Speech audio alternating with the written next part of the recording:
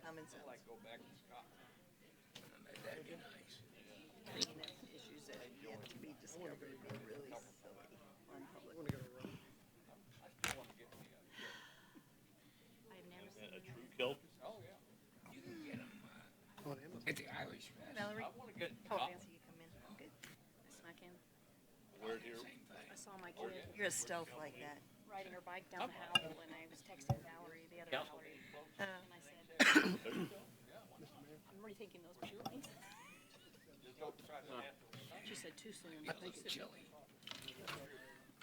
The parking has not like you haven't been there. Oh, yeah. Let's call this meeting to order. City of North Kansas City, Missouri, regular council meeting amended July 2nd, 2019.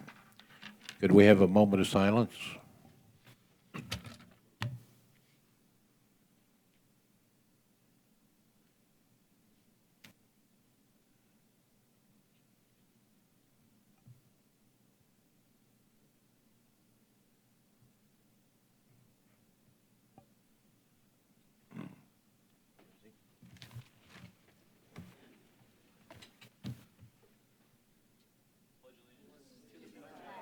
Of the United States of America and to the republic for which it stands, one nation under God, indivisible, with liberty and justice for all.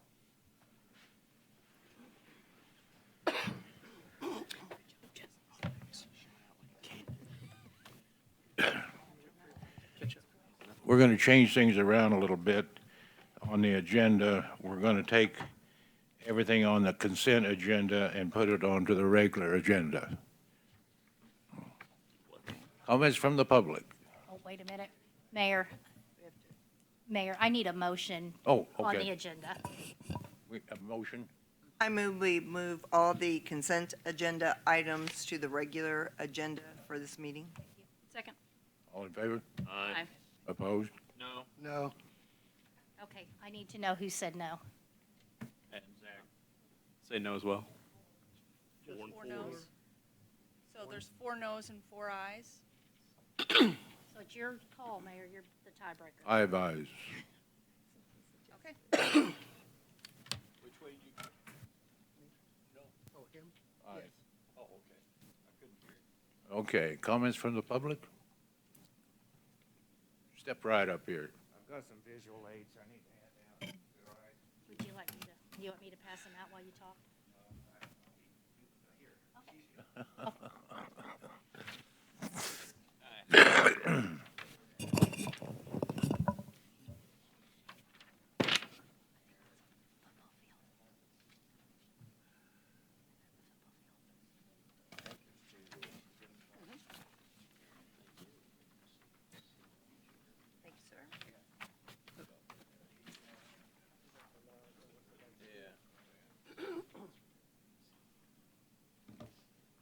This is an aerial.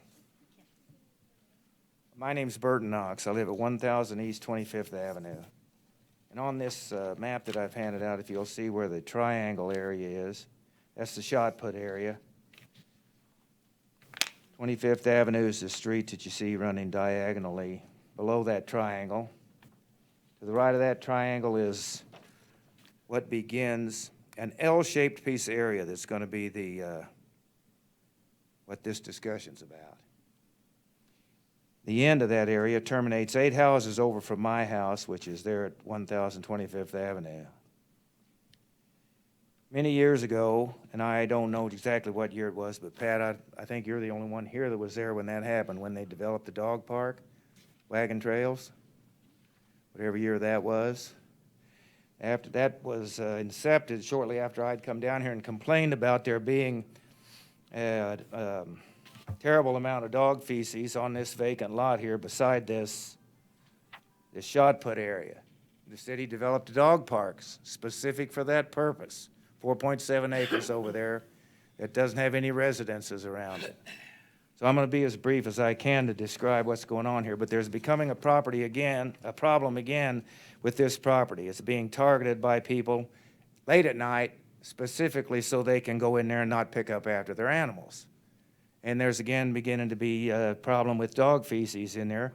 This area needs to be left open, though, for the utilization of people to observe sporting events. Inside, there's a fenced area around there. City mows it. And I'm affected by this on 3 sides. The city, like any of the rest of you are, but I got them on the west side and in the back. One of my other neighbors, I think, is here, and 2 others was here and they left. But they're all in agreement that we don't like these people in this area at night. So just to be as brief as I can, the suggestion that we'd like for you to do is close this off to dogs.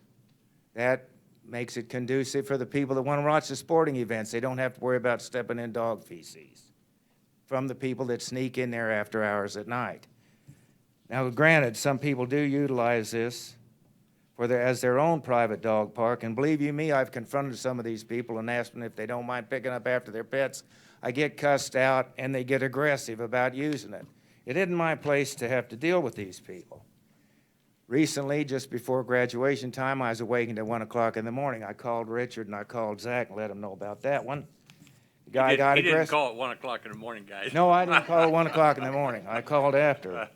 But I was awakened at 1 o'clock by a guy that let me know that as far as he felt, it was fine for him to be out there. And he didn't matter who he woke up or who he disturbed. So then it began to get a problem. So just as a suggestion, and this is the last I'm going to say, we'd like for you to just put up, there's a signpost that exists already in the middle of this lot beside this shot put area. There's nothing on the other end. It's open. But if people want to exit the park area, it's also unpaved and unilluminated. There is, at the extension of Macon Street, a corridor that connects to the park with a sidewalk and illuminated, where people should transit if they want to enter the park area with their pets. And one of the replies I've gotten when I've asked people before, one of the ones I can say here, when I've asked them, would you mind picking up after your dog? They'll say, well, I'm going to get a bag. Now, that's the one I can say here. The other replies I've gotten, I'm not going to tell you about here. But we'd like for you to put up a sign, just as a suggestion, that says, no dogs, closed 10 p.m. to 6 a.m., sports spectators only. Something to that effect. I'm done. Pat, who owns that? City. I see no problem. You know, I've never seen. got the description Yeah, I've here. never seen spectators go in there, and if they do, there's no reason for them to. I think it could be fenced from the shot put area toward his house. Well, the one reason I didn't suggest fence, start with a sign, because of mowing. Well, Just put up a sign to start with, and the guys ain't gonna complain about the mowing. We can try to get them to stop, but about the spectators, this year, I've only been there 24 years, except for my next door neighbor, everybody else has lived there longer than me. But this year is the first year I've seen the most spectators there, because there was some kid that was pretty good with shot put, and they was right there looking through the fence. But I think a fence could work though, Pat, with a double gate for the mower. I think that'd be a simple thing. You know, I watch people around there with the dogs too, and they just don't follow the rules. And No, a lot of You people know. don't pick up. Can we look into this and bring forward some options? yeah, Great, yeah, great. That's included in our Thank you. wayfinding. Thank you. Thank you. Uh-huh. Anybody else? Thank you.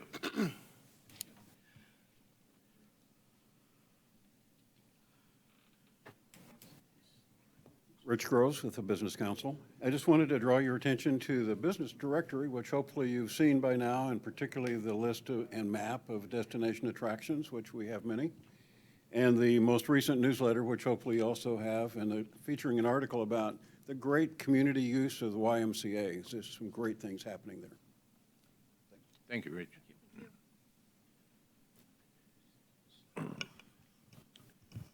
Okay, we start number 6. Item 6, approval of work session minutes of June 18, 2019. We're going to entertain a motion, a second, and then I'll call the roll. So moved. Second. Call roll. Councilmember Smith? Yes. Councilmember Pearman? Yes. Councilmember Clevenger? Yes, ma'am. Councilmember Stewart? Yes. Councilmember Steffen? Yes. Councilmember Farr? Yes, ma'am. Councilmember DeLong? Yes. Councilmember Pierce. Yes. Number 7, approval of regular council meeting minutes of June 18th, 2019. So moved. Second. Call roll. Councilmember Smith. Yes. Councilmember Pearman. Yes. Councilmember Clevenger. Yes, ma'am. Councilmember Stewart. Yes. Councilmember Steffen. Yes. Councilmember Farr. Yes, ma'am. Councilmember DeLong. Yes. Councilmember Pierce. Yes. Okay. I'm going to call these Number- number 8A. Appointment of Madeline Anderson to replace Marie McNogna, and her term will expire 5/31/2022 to the Park Board. So moved. Can I speak real quick? I'd just like to go on the record saying, and I've discussed this with staff and the mayor, there's 9 appointments going on, I believe, or it looks like 7 appointments. I looked through the information given. There was only information for one candidate provided, and I'm new to the council, so I wasn't here to approve the original board members. I don't know much about them or their qualifications, so I will be, other than the one that I have information on, I'll be abstaining from voting on the remainder unless we can table this for another time. Did you want to move to table each individual one? You can move to table on this. If anybody else has discussion, then I'll make a motion to table. We already have a motion. Regarding the process, as far as our board appointments, I want to make sure I understand the process and how we're going about this, and maybe see if we can streamline it or make it a little more effective. So if people are interested in a certain board, they fill out a form with the city, and they turn it in, correct? Correct. Would you like me to kind of outline our process? Yeah, why don't you do that, and kind of like who decides? And a specific question, Kim, is like, as far as the applications that are on file, who reviews those first? Is it the directors of the facilities, such as parks, library, or is it the mayor first, Okay. and going from there? Absolutely. So the application to serve on a board of commission is available on our website, and it is open to residents, and on certain boards, non-residents, depends on the board. So we collect applications throughout the year. And once, any time that somebody may resign or step back from a board, or it's time to reappoint somebody, all of those applications are presented to the mayor. The mayor then reviews all of those applications and makes an appointment. Those appointments are then added to the city council agenda and appear on your agenda for acceptance. Question is, does the mayor, or I don't know, maybe Don, do you work with the directors of the facilities as far as the appointments that you want to put on? In some cases, no. Okay. They're not May I always. address, there's a state statute, there are state statutes that deal with these things, so maybe, I just want to make sure you know what the process is from a state statute standpoint. At least I can tell you off the top of my head, I haven't looked this up, but the library board and the park board, for example, the appointment process is actually identical, okay? Different months that they come due, but nevertheless, the process, the state statute is clear that they are appointments of the mayor with the consent of the city council, okay? So, or I don't think it says consent, it's actually the approval of the city council is the way the state statute says. So they are mayor appointments, they're not, you know, Council they're not from the boards that say we want so-and-so on a board or whatever. They are clearly, and that's true, I believe, in all the others too. I know it's true with the hospital board as well. That's the only board that I'm aware of, off the top of my head, that not all hospital board members, of course, are residents of the city of North Kansas City. But if they, just like tonight, if they show up on this agenda, then they had the mayor's approval and recommendation. Absolutely. Correct. They are placed on the city council agenda per direction from the mayor. So if your name's here, then the mayor wants to put that person in. And it's normally his prerogative, is it not? Okay. And Tom, the statute, and correct me if I'm wrong, it doesn't address the issue of whether we all as a council get to review each and every single candidate. And I think that I'm correct in saying that. We don't get to look at their bios and I it's, think that's, you know, practice maybe or whatever, but it certainly is not in the state statute. Okay. The state statute is much more condensed than that. I can, Is that I don't some- have it in front of me, but I'm pretty comfortable I know what's in that regarding board appointments. Yeah, so And that's not, my thought on that is, with the approval of the council, and I feel it would be disingenuous for me to try to approve people that I don't know. If I see a name and I know only that about a person, I can't say yay or nay if I would approve. So that's a difficult call to make, especially on a name-by-name basis, so that's my stand. How many board members do we have that we have to know personally? 72. So we gotta know every one of those personally to vote for them? Not It'd be necessarily. good to get a bio on them or something. Well, Qualifications. and my thought on that, with due respect, is that when you're new on the council, this is just part of the learning curve. And that we need to go, in this particular case, and I sometimes buck the normal practice, as people know, but in this particular case, I think we need to respect the mayor's appointments because it's been usual practice, and also because when I was a new member, there were people I didn't know as well. And I was comfortable with the mayor, and that's my own personal opinion. I think it streamlines things if we had to read bios on 72 people and then tell the mayor whether we thought his idea was good or not. We'd never get these appointments done. So just from my personal experience, we get the agenda early. We get it on Friday. You generally send it in the afternoon. So we have that amount of time to review the names, and if we don't have it, if I don't have what I need for our company documentation, I would then contact the mayor or you guys to let me know and to give me that information ahead of time. But I agree with Councilmember Pierce that there is a learning curve, obviously, for newer council members. I had to learn how to do that when I joined the council. And I have also, not that I know 72, but I have come to know a lot of the board members on the boards and become comfortable with them. And if I had a concern, I would bring that to the mayor, and we could amend the agenda before the meeting. One more thing, Gats. If you're gonna change a process that's been done for years in a certain way, it doesn't mean it doesn't need to be changed, but you need to do it more than just, here it is tonight, let's do that, or do something different. I mean, it takes a little process, and, if people wanna change how the mayor does the boards, then it's something we need to talk about over a period of time. And good luck if you think it's easy to fill those spots.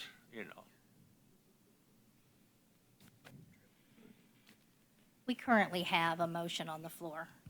What is the motion? Tom Farr made the motion to approve the appointment of Madeline Anderson to replace Maria Mignogna with her term to expire on May 31st, 2022 to the Park Board. Second. Yeah, I got it. It's yours. Call roll. Councilmember Smith? Yes. Councilmember Pearman? Yes. Councilmember Clevenger? Yes, ma'am. Councilmember Stewart? Yes. Councilmember Steffen? Yes. Councilmember Farr? Yes, ma'am. Councilmember DeLong? Yes. Councilmember Pierce? Yes. Okay, next, to Park Board reappointment of Elizabeth Ryan, term to expire 5/31/2022. So moved. Second. All in favor? Or call roll. Councilmember Smith? And this is where I can abstain, correct? Abstain time you want. I would choose to abstain. Councilmember Pearman? Yes. Councilmember Clevenger? Abstain. Councilmember Stewart? Yes. Councilmember Steffen? Yes. Councilmember Farr? Yes, ma'am. Councilmember DeLong? Yes. Councilmember Pierce? Yes. It passed, 6-2. The next one is the reappointment of Roberta Larson to the Park Board, term to expire 5/31/22. So moved. Second. Call roll. Councilmember Smith? Abstain? Councilmember Pearman? Yes. Councilmember Clevenger? Abstain. Councilmember Stewart? Yes. Councilmember Steffen? Yes. Councilmember Farr? Yes, ma'am. Councilmember DeLong? Yes. Councilmember Pierce? Yes. Number 9, library appointments and reappointments. Appointment of Tony Craycraft to replace Shelley Pinto, term to expire 6/30/2022. So moved. Second. Councilmember Smith? Abstain? Councilmember Pearman? Yes. Councilmember Clevenger? Yes, ma'am. Councilmember Stewart? Yes. Councilmember Steffen? Yes. Councilmember Farr? Yes, ma'am. Councilmember DeLong? Yes. Councilmember Pierce? Yes. Reappointment of Catherine Van Alden to the Library Board, term to expire 6/30/2022. So moved. Second. Call roll. Councilmember Smith? Abstain? Councilmember Pearman? Yes. Councilmember Clevenger? Yes, ma'am. Councilmember Stewart? Yes. Councilmember Steffen? Yes. Councilmember Farr? Yes, ma'am. Councilmember DeLong? Yes. Councilmember Pierce? Yes. Reappointment of Kay Hedrick to the Library Board, term to expire 6/30/2022. So moved. Second. Call the roll. Councilmember Smith? Abstain? Councilmember Pearman? Yes? Councilmember Clevenger? Abstain. Councilmember Stewart? Yes. Councilmember Steffen? Yes. Councilmember Farr? Yes, ma'am. Councilmember DeLong? Yes. Councilmember Pierce? Yes. Okay. Number 10, reappointment of Cotton Civils to the Board of Zoning Adjustment, term to expire 2023. So moved. Second. Councilmember Smith? Abstain? Councilmember Pearman? Yes. Councilmember Clevenger? Yes, ma'am. Councilmember Stewart? Yes. Councilmember Steffen? Yes. Councilmember Farr? Yes, ma'am. Councilmember DeLong? Yes. Councilmember Pierce? Yes. Okay. Short-term conditional use permit, 31st Avenue Block Party. So moved. Second. Call the roll. Councilmember Smith? Yes. Councilmember Pearman? Yes. Councilmember Clevenger? Yes, ma'am. Councilmember Stewart? I hope we have better luck than 24th Street. Yeah. We do, one rainy period. Yes. Vote yes. Councilmember Steffen? Yes. Councilmember Farr? Yes, ma'am. Councilmember DeLong? Yes. Councilmember Pierce? Yes. Yes. Now we're to the regular agenda. Okay. We're back on, okay, number 12. Item 12, adoption of updated zoning ordinance, Bill number 7415, ordinance number 9212. Kim? I would like to turn my mic on first. I would like to call on the Community Development Director, Sarah Copeland. Good evening, Mayor and Council. We're very happy to have this item before you tonight because we've been working on it now for almost a year and a half. I'd like to introduce to you Chris Brewster from Gould Evans, who's been working with us on this project and guiding us through the drafting process for the new ordinance. Our goal with this project was to align our regulations, which deal with all private development in the city, with the master plan that was adopted in 2016. And Chris has been invaluable in this process.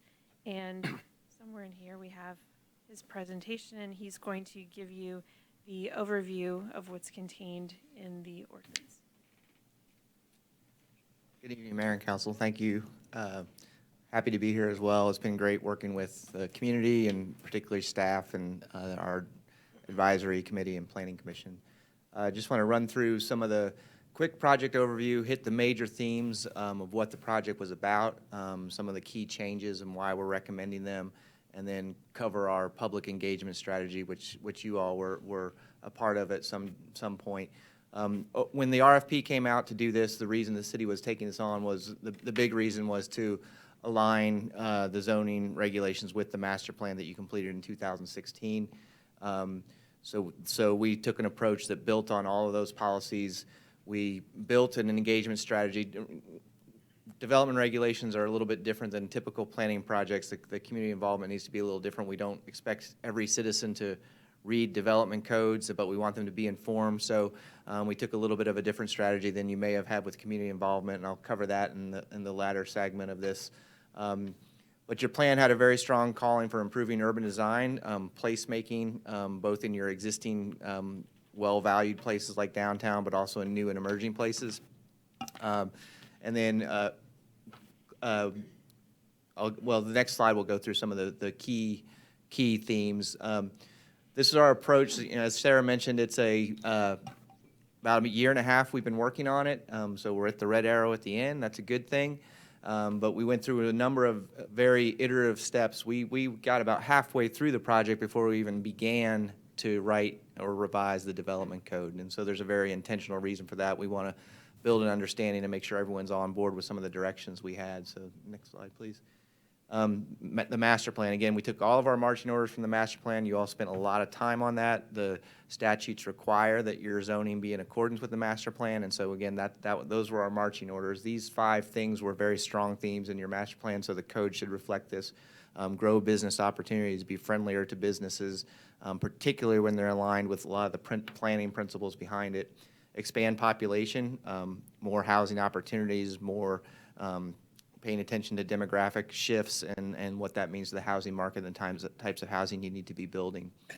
Create memorable places. As I mentioned, the plan's very strong on that, both in your existing memorable places, but also new and emerging ones. transportation aspect to all of it, multimodal, so potential transit, existing road facilities, but also walkability was very strong, and then enhance the community character overall. So those themes led to these kind of frameworks that are in your master plan, these character areas, not necessarily land uses, but distinguishing some really different contexts in your community. And so we took a lead from that map a lot as well, that map's in your master plan. And the last thing your master plan did was it told us to accomplish these 5 things when we update the zoning ordinance. So we'll walk through each of those in a little bit as well. So when we started this, one of our key things was, okay, now let's take all those ideas that are in the master plan and what do they mean to development codes? Because not all of them are implemented with regulations. We don't simply regulate your plan into existence. A lot of them are policies, a lot of them are investment strategies, but there is a leg of this stool that's regulation. In other words, how's the city going to react to things that people propose to you? So we took these 6 main themes out of the plan and then went through section by section of your code and evaluated how well or how poorly the code addressed those ideas. And so that's part of our deliverables that we turned over and part of the project history that we continued to use throughout. And what that told us was where we needed to make the greatest changes. So these are the big main ideas that are changing. First was a use table. Your ordinance currently has long lists of uses in each zoning district, and so the use table does a couple things. One, it's just a user-friendly way to reference, but it also gives us a good judge to compare across zoning districts whether the uses are accomplishing what they're supposed to do, whether we have the right differences between different zoning districts. And so when we did that, we noticed that a lot of the zoning districts had some similarities in uses. So overall, our approach was, let's generalize some of the land uses, but let's refine some of the uses based on scale. So an easy example would be retail. All of the commercial districts would allow some type of retail, sometimes very similar across all of them. However, those districts were set up to do different things. There was neighborhood scale versus community scale versus downtown. So that's just a theme that runs throughout the use table is generalizing the uses overall to be more business friendly, but we may be refining them based on the format, the scale of the use. So we were fairly cautious not to make any really substantive changes in what uses were allowed or not, so there shouldn't be any necessarily differences to what a property owner may do in terms of use. The differences may come in the format or how that use would really fit into that context, unless there were policy things in the master plan that we were taking, that's where we would make some changes. Housing, I'll get into that in a minute, but more options. That missing middle housing type is the one. In other words, it's low scale but multi-unit projects. You have a lot of them going on in the community anyway, and so we wanted to strengthen the code for that. The big one was the master plan's calling for doing a form-based code for downtown, and what that means is emphasizing more how buildings and sites relate to the public realm rather than what uses are going on in those buildings, or at least de-emphasizing the uses and being more flexible and open to different uses provided you're meeting the character of that district. And so we expanded that beyond downtown to your whole urban areas where the old industrial and the downtown, because it just seemed to make sense, and I'll explain that real quickly in a minute here too. The last 3 are just improving general standards that are applicable citywide, commercial design standards outside of the downtown area, parking citywide, and then landscape standards. Currently, your ordinance has a requirement to submit a landscape plan, but didn't necessarily have any standards, so we put standards in place for that. This is a look on the left is your current code and how it's organized. We have available to show that we have all the right pieces now reorganized. We have that middle section is a section map where we took all your existing sections and kind of pointed out in the new code where it would be and what was changing. So we use that for ourselves just internally to make sure we didn't overlook things. So that document's also available on the website for people that use the code and may, under the new code, may be looking for things. But at the far right is how we reorganize the code to kind of really simplify and make it a little more user-friendly. So rather than having just a long list of sections that didn't necessarily relate to each other, the code is more structured. That should also help for upcoming, amendments that you might run into as you use the code over time, because, no code is perfect and it's going to need to be amended over time. But, so hopefully an easier structure can give it a longer shelf life, so that you have all the pieces working together throughout the duration of subsequent amendments. This is an example of the use table, and as I mentioned, we reconciled some conflicts among districts and simplified the uses. The big recharacterization came in the commercial districts C1, C2, and C3. Again, getting the C1 geared to more neighborhood scale, getting the C2 geared to downtown and urban commercial uses, and then the C3 is that larger, more car-oriented or regional-oriented retail uses. The other change in the use, the last 4 bullet points there are changes in the use table. The master plan called for the elimination of the Burlington corridor overlay, and so we accomplished that through this effort. We removed the public and civic district because the public and civic uses were allowed in all districts and it wasn't mapped anywhere. So with staff, we kind of determined, well, we don't really need that district. And then I mentioned the C1, and then the last one deals with the hospital and the CO district, and Sarah will talk about this in a little bit more detail. But what we noticed was CO, the district itself, was intended for a commercial office, so non-retail business, something really neighborhood-friendly. Yet the hospital campus was zoned that as well, so what was up there didn't really match the standards that well. And so our thought was, since that's the most substantial area that's zoned this, let's convert that district to what we called CIO, so commercial institutional offices, so large-scale campus environment. And what that meant was the area, the really small parcels in the city that were zoned CO would need to be repurposed. And so that's the approach we took, since there was a much larger chunk zoned that. And from our look at it, the reason that happened was that happened to be the only district that allowed a hospital in it. So that's why it's zoned that way. And so just a repurposing to reflect larger campus and institutional uses. So this is an example of how we refined it. So there were long lists of retail uses. Your use table now treats them all the same. Retail is retail is retail. However, we refined it based on scale, and so you can kind of see the sliding tiers of how large and what format it's in, and so that matches the appropriate zoning districts a little better.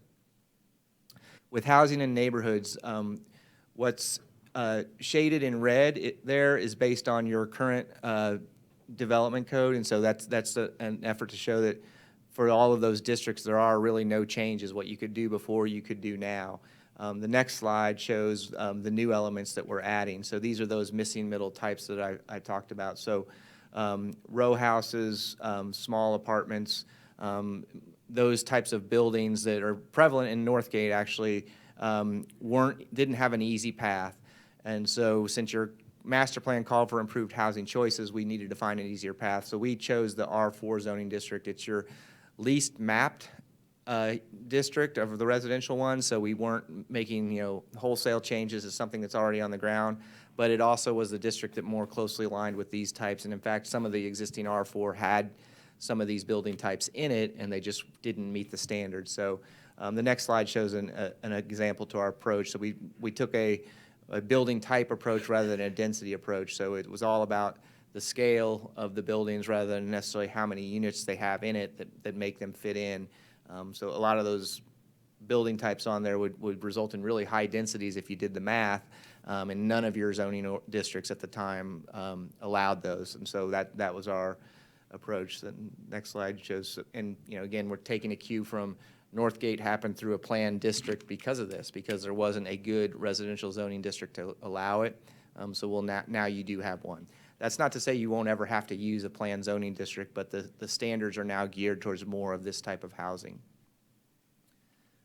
Quickly on the urban areas, one of the reasons we expanded it beyond the master plans calling for doing a form-based code for downtown is we had a little trouble drawing the boundary of where we would cut that off. It didn't necessarily match up with where your downtown zoning district is mapped. It sort of was a little more amorphous, and it was really based on the streetscape character. That's where we took our lead.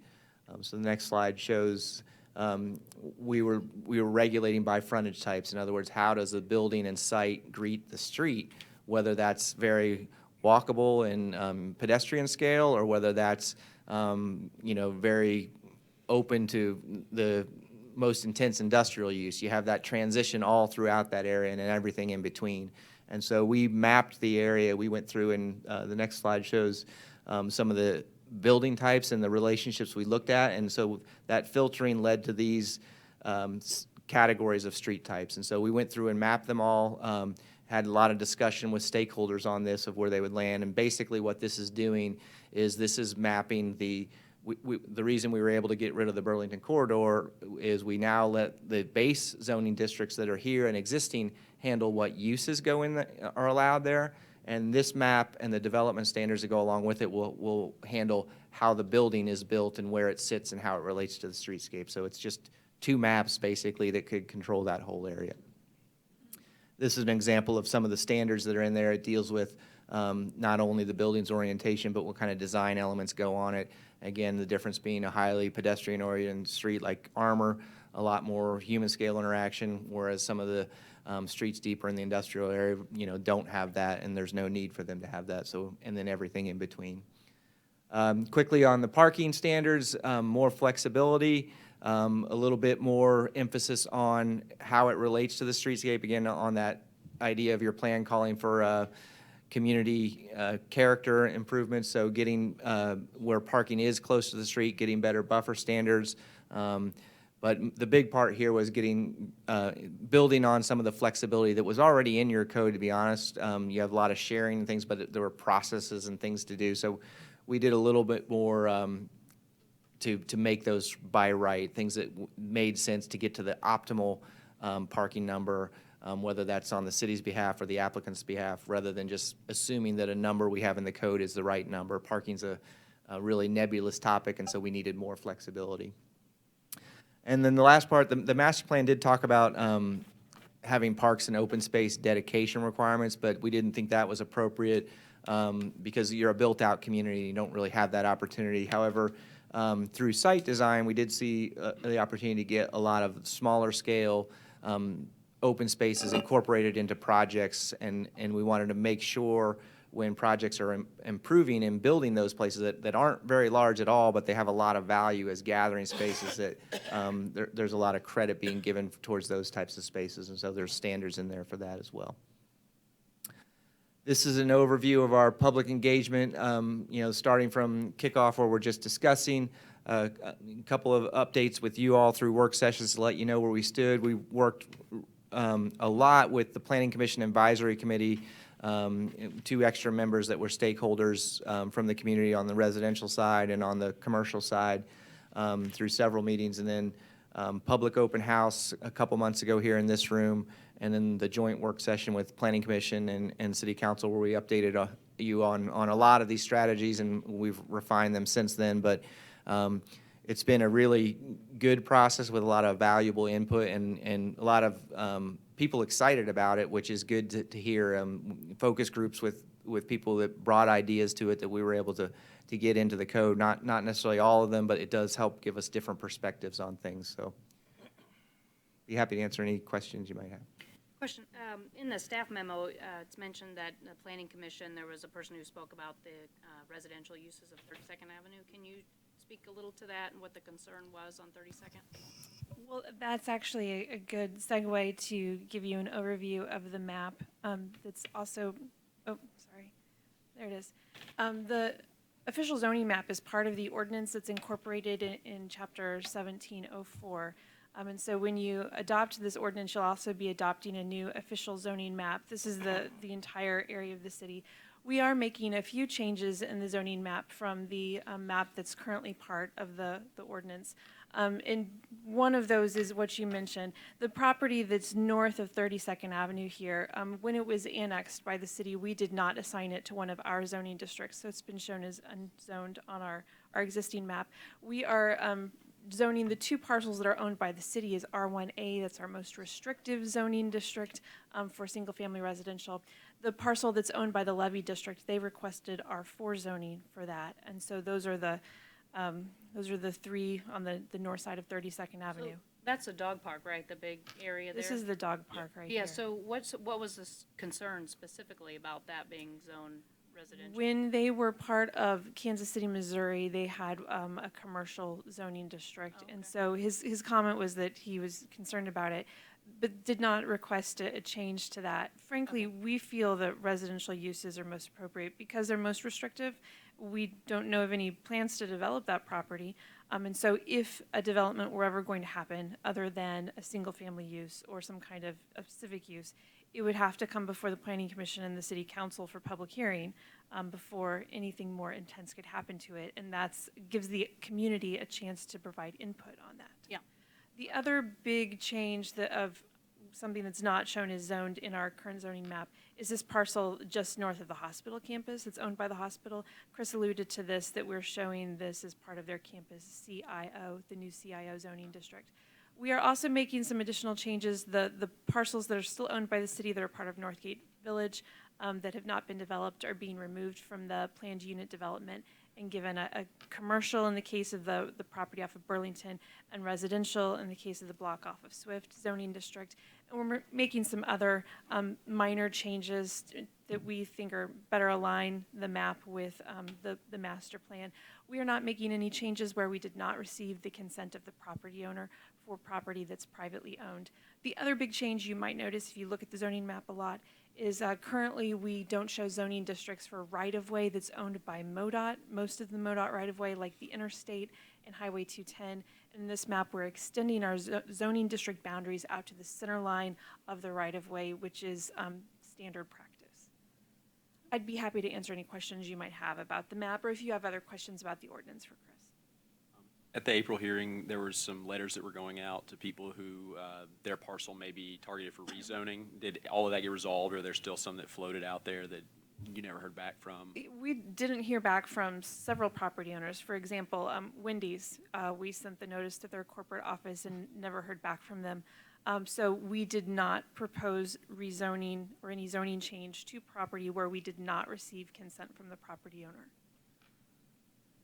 Outside of any grammatical corrections, has anything changed since the joint planning commission meeting and this meeting? Anything significant that's changed? The joint meeting we had in April? Yeah. Any content changes you're Yeah, asking? that's what I mean, any large content changes, yeah. Yeah, I think, I'm trying to recall here. So since that meeting, we did have meetings with the hospital. And so we worked on the definitions of some of the uses in that district to balance what they had intended versus the city's, kind of responsibility to look at other CO uses. So that was one change, that it wasn't necessarily substantive in terms of everything still met what we intended to achieve, but it did make some differences of how a lot of their accessory uses and things that were supported their mission could still be included and not trigger extra review processes. We also had a meeting after that joint meeting with Richard Lanning to discuss some concerns he had about this map with the frontage types, and subsequently made some changes to 18th and Lynn. I don't recall exactly how we were showing 18th and Lynn prior to that, but he, we changed those frontage types to Service A subsequent to that based on our conversation with him. And as we noted in the memo, he spoke at the public hearing before the Planning Commission and was pleased with the final outcome of those. So, but other than that, I think those were the most substantive changes since the joint meeting. Perfect, thank you, and I also want to just thank you for all your guys' work on this. It's definitely a lot cleaner format, it's a lot easier to go through, pick out what you're looking for, versus hunting and pecking for other things before, where you are jumping from place to place to place, and then back to where you started again. I mean, you're just in this continuous loop and never actually getting many answers sometimes. More usable. Yeah, this is very much more usable. And also want to commend on getting the accessory dwelling units in there as well. I think that's huge for affordability and communities for all ages that we're currently working towards, so thank you. Oh, we got a motion. First reading. Second. All in favor? Aye. An ordinance amending the code of the City of North Kansas City, Missouri by repealing Title 17 zoning and adopting a new zoning ordinance to be codified as Title 17 zoning. I move that bill number 7415 be placed on second and final reading and pass it ordinance number 9212. Second. Call the roll. Councilmember Smith? Yes. Councilmember Pearman? Yes. Councilmember Clevenger? Yes, ma'am. Councilmember Stewart? Yes. Councilmember Stefan? Yes. Councilmember Farr? Yes, ma'am. Councilmember DeLong? Yes. Councilmember Pierce? Yes.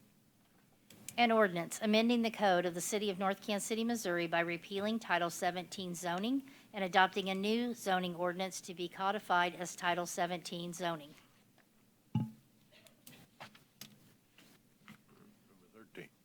Amendment of City Code Chapter 16.06 regarding subdivision application fees. Bill number 7417, ordinance number 9214. I call on the Community Development Director, Sarah Copeland.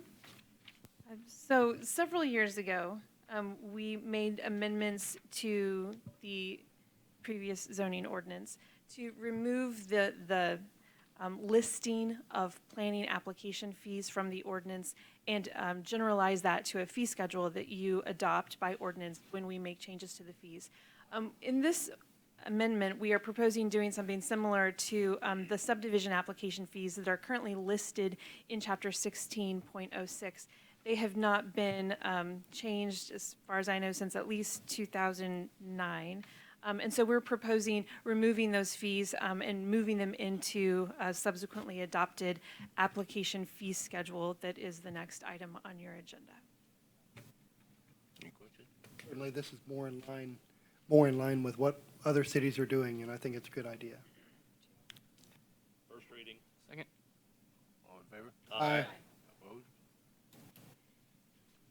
An ordinance amending Chapter 16.06 plating procedure of the Code of the City of North Kansas City, Missouri by amending certain subparts of Section 16.06.020 regarding application fees. I move that bill number 7417 be placed on second and final reading and passes ordinance number 9214. Second. Call the roll. Councilmember Smith? Yes. Councilmember Pearman? Yes. Councilmember Clevenger? Yes, ma'am. Councilmember Stewart? Yes. Councilmember Steffen? Yes. Councilmember Farr? Yes, ma'am. Councilmember DeLong? Yes. Councilmember Pierce? Yes. An ordinance amending Chapter 16.06 plating procedure of the Code of the City of North Kansas City, Missouri by amending certain subparts of Section 16.06.020 regarding application fees. I like it. It's simpler and we're still cheaper than other cities around here. Well, you're not done quite yet. Not done quite yet. Okay. Adoption of a new planning application fee schedule, Bill number 7416, ordinance number 9213. You did just adopt our planning application fee schedule a few months ago, and so it's not really quite time to raise any of our fees, but with the change in the zoning ordinance, we did eliminate one of the applications that we previously had for planned unit development and added a new type of application. So we need you to adopt a new fee schedule so that if someone comes in with an application, we can charge them a fee.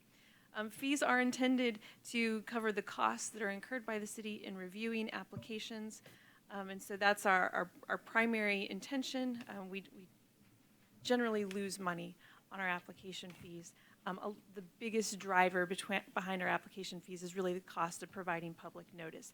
And in this new proposed fee schedule, in addition to making that minor change with our planning application fees, you'll also see now the subdivision application fees added to this.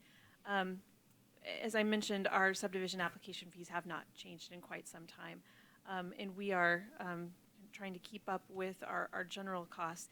They fluctuate some depending on the type of application, but one of the things we are proposing is to eliminate we used to have a per lot charge for subdivisions.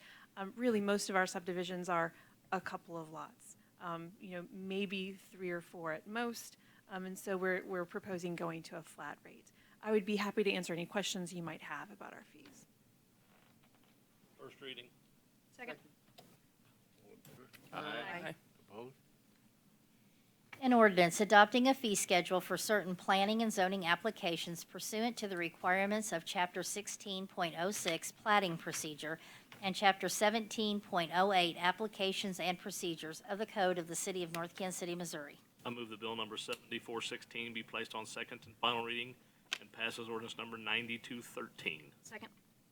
Call the roll. Councilmember Smith? Yes. Councilmember Pearman? Yes. Councilmember Clevenger? Yes, ma'am. Councilmember Stewart? Yes. Councilmember Steffen? Yes. Councilmember Farr? Yes, ma'am. Councilmember DeLong? Yes. Councilmember Pierce? Yes. An ordinance adopting a fee schedule for certain planning and zoning applications pursuant to the requirements of Chapter 16.06 plating procedure and Chapter 17.08, Applications and Procedures of the Code of the City of North Kansas City, Missouri. I would like to call on the Community Development Director, Sarah Copeland. Wait a minute.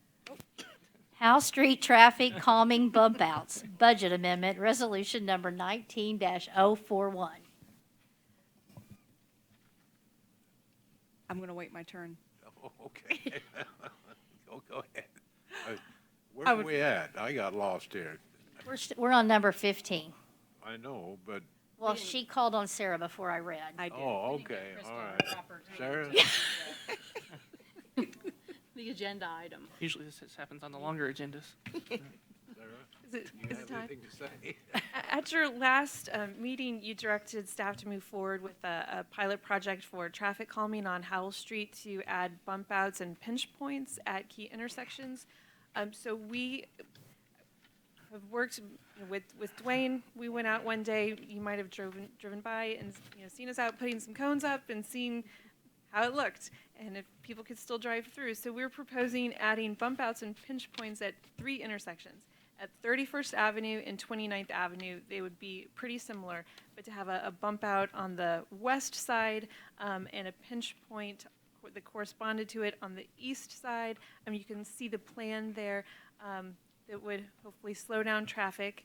The day after your meeting, your last meeting, an engineer I know sent me a study that found that if you add, they did a study in Michigan, and adding signs that say that state law stop for pedestrians in the crosswalk actually does increase the percentage of time that drivers will stop for pedestrians in a crosswalk. So we're proposing that we also add a little in-street signage that says that to each of these. So we would have the flex post delineators, the in-street signs, and then a delineator on the center line at the crosswalk, and then again the pinch point on the other side. But this would also give us a space to add some bike racks, which aren't at Mackin Park right now. So we could add some near the playground, and then close to the entrance to the park at 29th. And then you can see the picture of the cones that Dwayne and I put out to see how it all worked, and we used to measure. At Clark Ferguson Drive and 27th Avenue, we would do a slightly different plan. We're proposing that we also remove the crosswalk at this location. It is kind of a crosswalk to nowhere in that we do not have a curb ramp on the east side of the street or a sidewalk connection into Mackin Park, which we would really need for this crosswalk to be ADA compliant. So Dwayne's proposing marking that out with paint, and then we could add the bump out on both sides to get people around that corner more safely. Altogether, the major cost of this is the flex posts and the signs, which we did not budget for this year. So the budget resolution is really the action for you tonight. We believe that we could get all of these materials for under $6,000, and Public Works staff could install them. They've installed things like this around town. And then we've collected some speed data on Howell already, and then we could collect some data after we get all of this in and see what the impact is and whether you want to keep this long-term. I'd be happy to answer any questions you might have. Question on the bump outs, are they going to be the posts, or what are they going to be as far as material? They would be the flex flex posts, posts, okay. and we would put down some paint as well. And so these are some things like markers. the paint, obviously, when we repave Howell, we won't be able to use that, but the flex posts and some of these items that we're going to buy now, we'll be able to use afterwards? Yes, we could continue using the flex posts, either if we wanted to leave them in that location, or if we wanted to take them out, move them somewhere else, or if we ended up installing, curb in these areas, we could use them somewhere else. We would just have to buy new anchor bolts. Okay. He was first. Okay, so we're adding some bike parking, great. Could we also maybe add some scooter parking in there? Would that fit under the realm of the operating agreement you're currently working on? Because there's really nowhere that I think anyone would really want them near the residential areas, but if you have these little bump outs and these pinch points somewhere where someone could park them and they're still out of the way. Yes. Okay. You could mark these for scooter parking if there were scooters deployed here. Perfect. And I'm glad you added the stop for pedestrian sign as well, because the crosswalk I referenced last meeting that was in Jefferson City, that's also included in that median section. And all those things combined really do seem to make it work a lot better. Thank you. I just want to say, one, thank you for your work on this. I am in support of the bump outs temporarily. I do want to continue the conversation about how to get bike lanes on Howell and on Swift.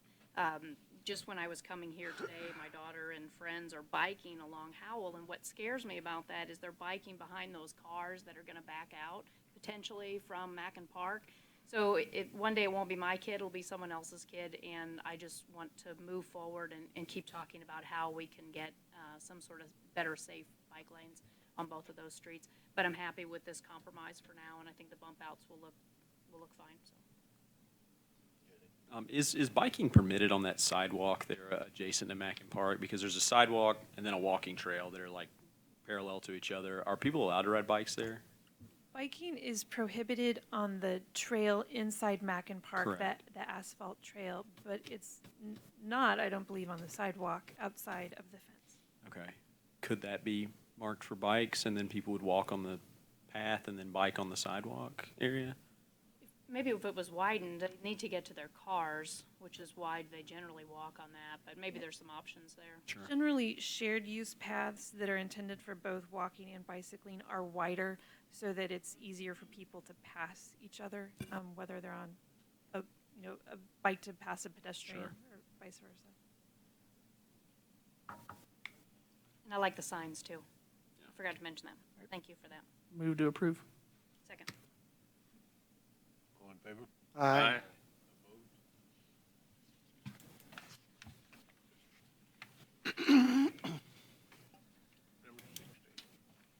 Engineering services for Burger King demolition, resolution number 19-042.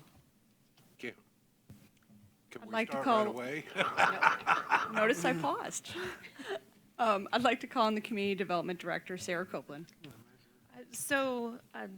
Not quite a month ago, we completed our real estate transfer with Casey Beaton. And it's kind of a momentous occasion, the last property acquisition by the city in the Armour Road redevelopment area. It only took us, 25 years? So as part of our agreement with them, they are obviously continuing to operate the Burger King store until the construction of the new store is complete. And then we plan to transfer that property again to the master developer for redevelopment once that happens. But it is our responsibility to demolish the existing store and to turn that site over to the master developer with no improvements on it.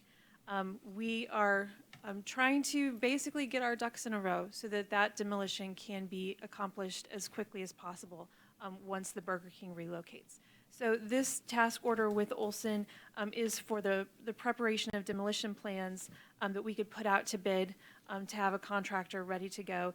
It includes asbestos testing, testing for lead-based paint and other hazardous materials so that we can be very explicit in the demolition plans.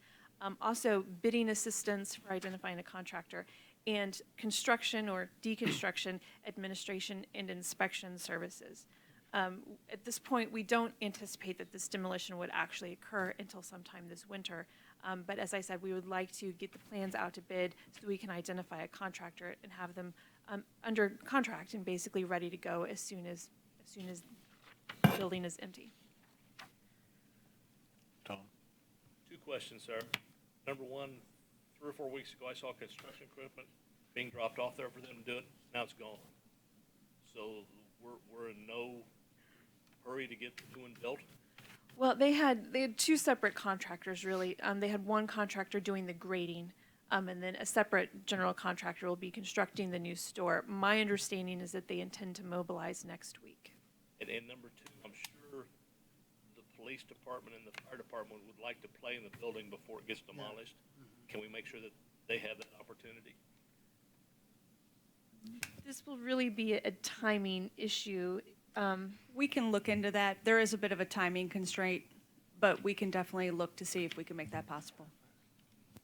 We love to help them when we know that a building is about to be demolished, but here it may not happen just for timing, but if we can make that work, we absolutely will. That's all I have.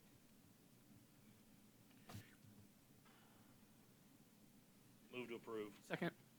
All in favor? Aye. Opposed? Number 17. Approving accounts due and payable by the city through June 28th, 2019. We have 18 on the agenda. First reading. Second. All in favor? Aye. Opposed? Now I got to call the roll. No. Oh, We're not duh. first reading. Okay, an ordinance authorizing payment for certain accounts due and payable by the city through June 28th, 2019. I move the bill number 7418 be placed on second and final reading and passes ordinance number 9215. Councilmember Smith? Yes. Councilmember Pearman? Yes. Councilmember Clevenger? Yes, ma'am. Councilmember Stewart? Yes. Councilmember Stefan? Yes. Councilmember Farr? Yes, ma'am. Councilmember DeLong? Yes. Councilmember Pierce? Yes. An ordinance authorizing payment for certain accounts due and payable by the city through June 28th, 2019. Kim? Good evening, Mayor and Council. Inside of your packet, you will find the upcoming city items of note, the YMCA monthly financial report, as well as a status of city projects and purchases report. I will be calling on the Police Chief Beamer. This is a quick one. Back in the early part of June, Sergeant John Stark retired from our department, which created an opening for another sergeant. We completed the testing process a couple of weeks ago, got the results back from all the different components of it, calculated the numbers, and today we were able to announce that Officer Justin Holm is going to be promoted to the rank of sergeant. That will be effective July 12th. And he will be assuming the sergeant's position on one of our night shifts. So congratulations to him. Yes. Thank you. Great.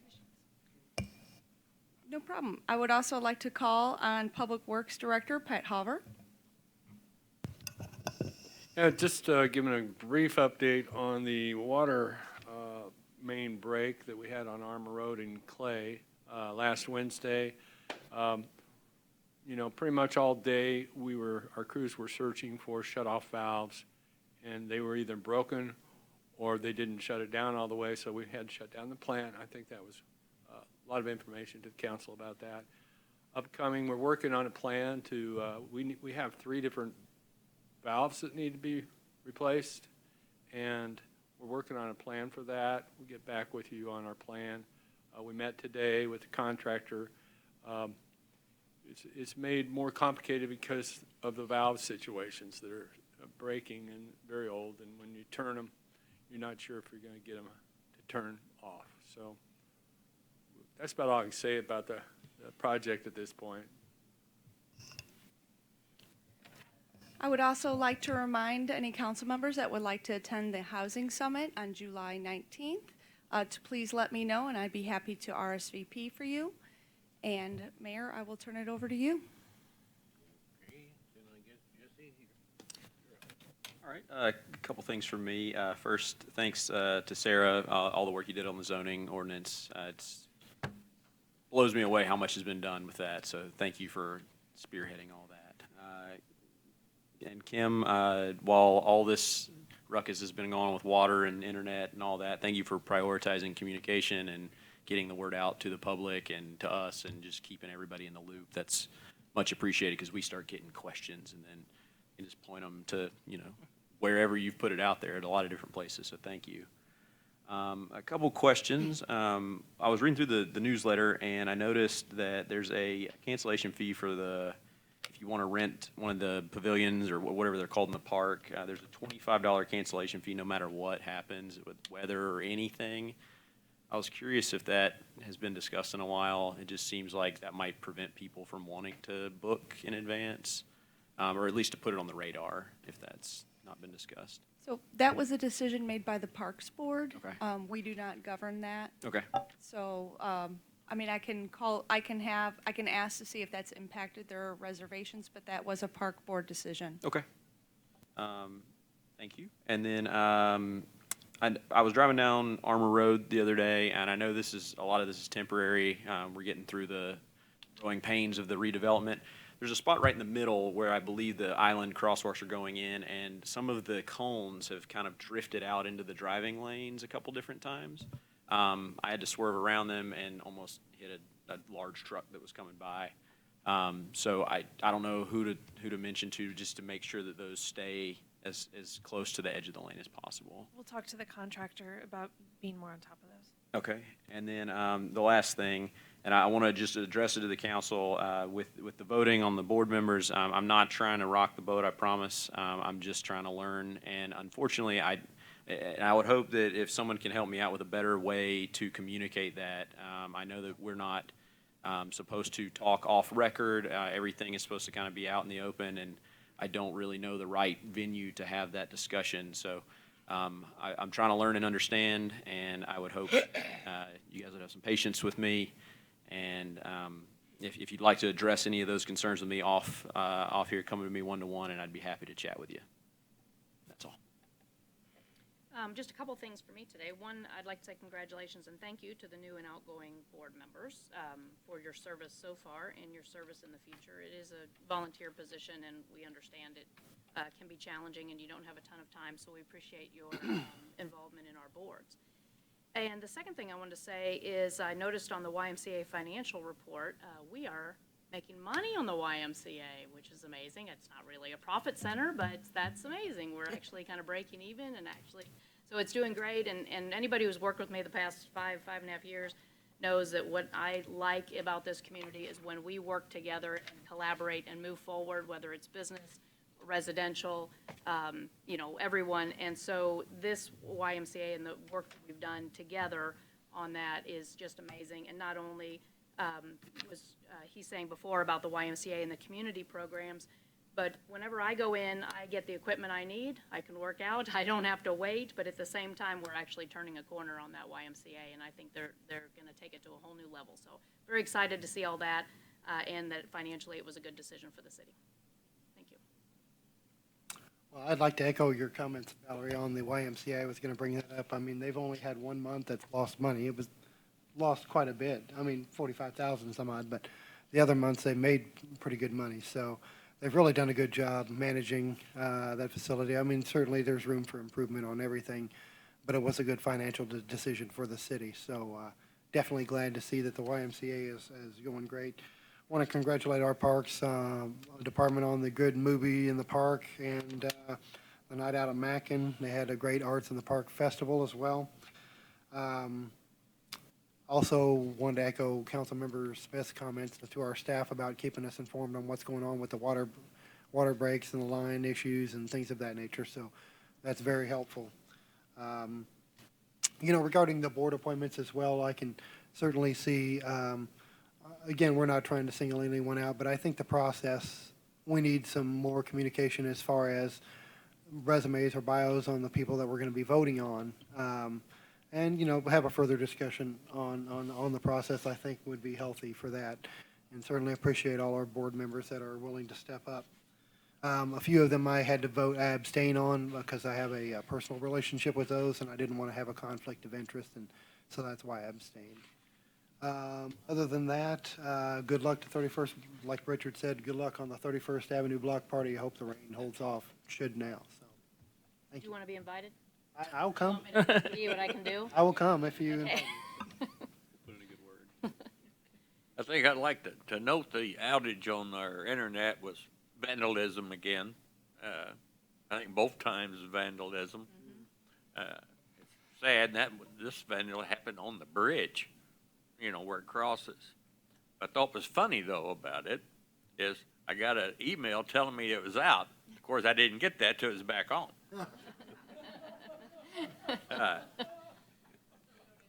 So noted. But I do like the updates on why it went out. Yeah. It's not equipment. It's, and I just can't stand vandalism anyway. But, and when he was talking about the streets, House Street, the bump outs and all that, he said it's in bad shape and needs redone. I thought that's a really nice road myself. I have no clue that thing needs to be repaved. I guess it's going to be, isn't it? That's what they say in 2020. So, and that's great. That's fine. But let's see. I was going to mention. I want to tell the park board that when you hurry up on that bicycle rack. I went out and bought a bicycle the other day. I'm ready. I was wondering if you had a bicycle the whole time you were talking about that bicycle, right? I sold one and bought one. so, Okay. Yeah. That's all I got. Well, I was thinking the other day, I want to mention this, that during the tenure when Gene Bruns was mayor, a program was instituted for employees that retired between the ages of, that took effect for employees that retired between the ages of 60 and 65, where they were helped with their health insurance. Then along came the Great Recession. Wow. And it went away, never to come back. I'd just like us to give some thought to perhaps bringing that program back, maybe not as full-fledged as what it was, but at least partially back. You know, that's a benefit that was actually taken from the employee, and nothing was ever returned. So I want to wish everybody a nice Independence Day. And that's it. It looks like summer is upon us, so please, let's check on our elderly neighbors, making sure everything's okay. If we have any pets or animals, make sure that they're well hydrated, or at least inside. Pat, the flags are coming up for the 4th? Yes, sir. Okay, and I want to, Mr. Fred, you know, let's everybody have a safe 4th and come back with 10 fingers at least. That's all. I'd have to agree with Jesse on Kim is all over it online with the communication. When it happens, it's quick turnaround time. Before I can even finish typing, then Kim's got the post up there. So makes it really easy. And also echo what Zach said about the movie in the park, and also thank the fire department, which sponsored the movie in the park. So it was a great event, and kids had a lot of fun. So that's it. Kim, I also say thanks. In addition to all the things that you're already doing, I've had some just more simpler little things that have come up in my particular ward, and she's been on top of those as much as all the other things, and I really appreciate it, because I don't really think there is a simple thing when one of my residents has a complaint, and you've given equal to both the big things and the little things. I'm hearing comments that we see dirt moving at 1 North, which is making some of the people in my ward happy. They still want a grocery store, but you know that's an ongoing battle. But at least the dirt's moving, they can see the dirt's moving, and it's taken a little heat off. Armour Road has been a really interesting thing for me, because obviously these plans were made prior to my being elected to this position, and I'm hearing complaints. Obviously, everybody has something to complain about, and my response to that is, you know, there was a lot, staff and everybody on the council spends a lot of time opening up public forums. So if you missed the public forum when things were going on prior to this project, I would suggest that you keep abreast of things happening in the city, and if you have an opinion, there's a lot of opportunity for that to happen. So that's kind of where I've directed people. I've used it as an educational tool rather than let them make it a big complainant kind of thing. And then finally, I'd just like to say go Team USA, because they won. Oh, yeah, that's right. And Sunday's going to be a big deal. Yep. And so go Gals. That's it. That's all I have. Happy 4th of July. Chief, the mischief being done over there on our fiber, is that Kansas City, Missouri, or do we have? That's in where the damage occurred is in the jurisdiction of Kansas City, Missouri. We did contact them today. They came over and took a report on it, but it is going to be their investigation. You think they'll do anything to maybe help?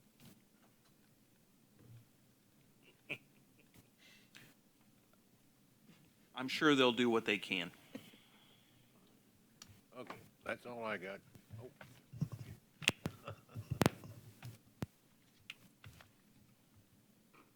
Hello, my name's Maddie Anderson. I just want to say thank you, Mayor, for this appointment to the Parks and Recreation Board, and thank you, Council, for your approval.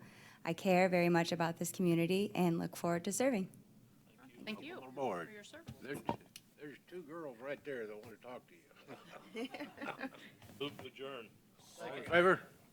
Aye. Aye. Opposed?